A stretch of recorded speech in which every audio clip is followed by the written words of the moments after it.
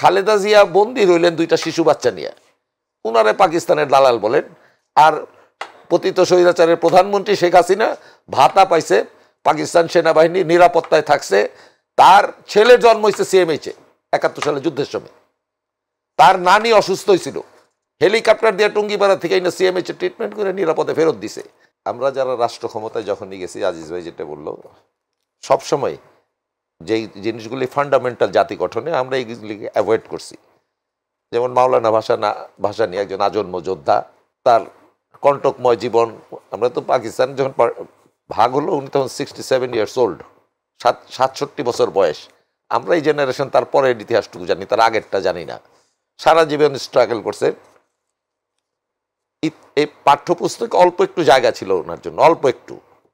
দেখা গেলে এই গভর্নমেন্ট আসার পর ওইটা মুছে দিল। গত গভর্নমেন্ট মানে এই তো মানে যারা পতিত স্বৈরাচার ওইটুকু বন্ধ করে দিল। জিয়াউর রহমান সাহেব যুদ্ধে খালি ঘোষণাই দেন নাই, তখন 3টা ফোর্স হয়েছিল 3 জনের নামে, K force, Z force, S force. Khaled Musharraf সাহেবের নামে কে ফোর্স, শফিউল্লাহর নামে এস ফোর্স, জিয়াউর রহমানের নামে জেড ফোর্স। সেনাবাহিনীতে যারা চাকরি করে তাদের সাথে কথা বলে দেখবেন, মুক্তিযোদ্ধা যারা, একটা ছিল পূর্ণাঙ্গ ব্রিগেড, এটা জেড ফোর্স। এবং জিয়াউর রহমান একমাত্র সেক্টর কমান্ডার যিনি বাংলাদেশের ভিতরে যুদ্ধ করতে করতে তার নেতৃত্বে, জেড ফোর্সের নেতৃত্বে সিলেট জেলা মুক্ত হয়েছিল 15ই ডিসেম্বর 1971।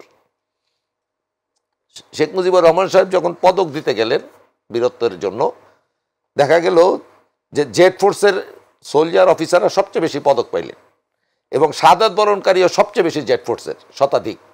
এই ফোর্সের যারা ক্ষমতায় আসলো তারা জিয়াউর রহমান পাকিস্তানের চর বলে দিলাম আমরা। শেখ মুজিব কোনোদিন বলে নাই, কিন্তু তার কন্যায় গত 16-17 বছরে এবং তার বংশোদ্ভূতরা অনেকেই কথা বলছেন। খালেদা জিয়া বন্দী রইলেন দুইটা শিশু বাচ্চা নিয়ে, উনারে পাকিস্তানের দালাল বলেন। আর পতিত স্বৈরাচারের প্রধানমন্ত্রী শেখ হাসিনা ভাতা পাইছে, পাকিস্তান সেনাবাহিনী নিরাপত্তায় থাকছে।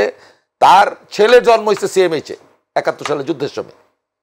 তার নানি অসুস্থ হয়েছিল, হেলিকপ্টার দিয়ে টুঙ্গিপাড়া থেকে সিএমএইচে ট্রিটমেন্ট করে নিরাপদে ফেরত দিছে। তারা মুক্তিযোদ্ধা, উনি নিজেই বলেন যে আমার মা সবচেয়ে বড় গেরিলা বলতে পারে না, কিন্তু গরিলা। আপনাদের মিডিয়ায় দেখছি, আমরা দেখছি। এবং খালেদা জিয়া হইল পাকিস্তানপন্থী, পেয়ারে পাকিস্তানটাকে অনেক বাজে কথা বলছেন। এটা করে আসলে আমরা ক্ষতিগ্রস্ত হয়েছি, জাতি হিসেবে আমরা ক্ষতিগ্রস্ত হয়েছি। শেখ মুজিবুর রহমান সাহেবের যে অবদান, তার ততটুকু অবদান আমাদের স্বীকার করা উচিত। মাওলানা ভাসানীর অবদান যদি স্বীকার করতাম, তখনকার জাতীয় 4 নেতা যারা ছিলেন, জাতীয় 4 নেতার ইয়ে করতাম। এবং অত্যন্ত শ্রদ্ধার সাথে স্মরণ করি আমি আমাদের যুদ্ধকালীন প্রধানমন্ত্রী তাজউদ্দিন সাহেবের কথা। শত প্রতিকূলতার মধ্যেও উনার একটা বলিষ্ঠ নেতৃত্বের কারণেই আমরা এককেন্দ্রিক যুদ্ধ করে কিন্তু 16ই ডিসেম্বর আমরা বিজয় হয়েছিলাম।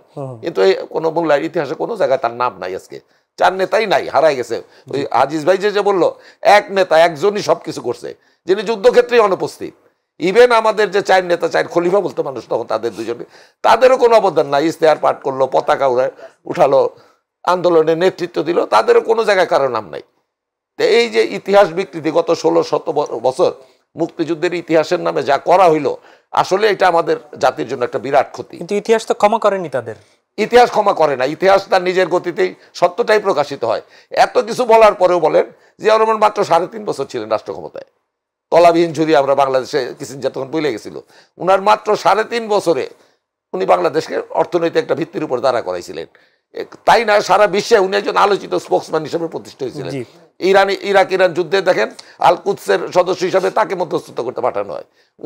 উনার মাথার থেকে আসছিল সার্কের চিন্তা।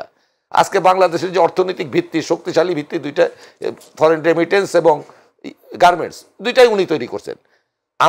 আমার দেখা, আমি যখন যুদ্ধের পরেই মুক্তিযোদ্ধাদের মধ্যে যারা একটু দরিদ্র সবাইকে বললো যে জব করতে চাও আসো, বিনা পয়সায় ঢাকার টেনিস ক্লাবে উনি ট্রেনিং করাইছে, বিনা পয়সায় 3000 মুক্তিযোদ্ধাকে উনি বাইরে পাঠাইছেন।